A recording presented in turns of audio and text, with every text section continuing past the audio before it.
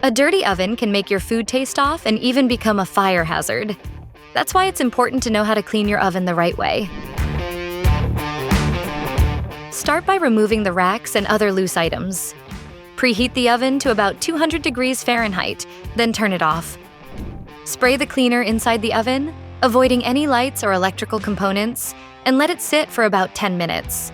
Then wipe it clean with a wet cloth.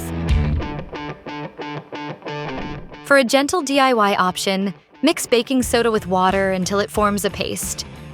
Apply it inside the oven, avoiding the light fixtures.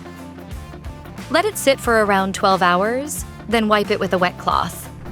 Next, spray white vinegar to help loosen stubborn spots or leftover debris.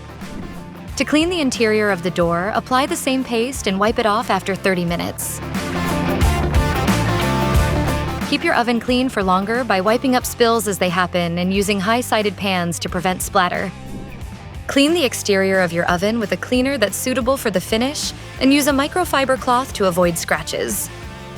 Follow these steps regularly and your oven will stay clean, safe, and ready for your next meal.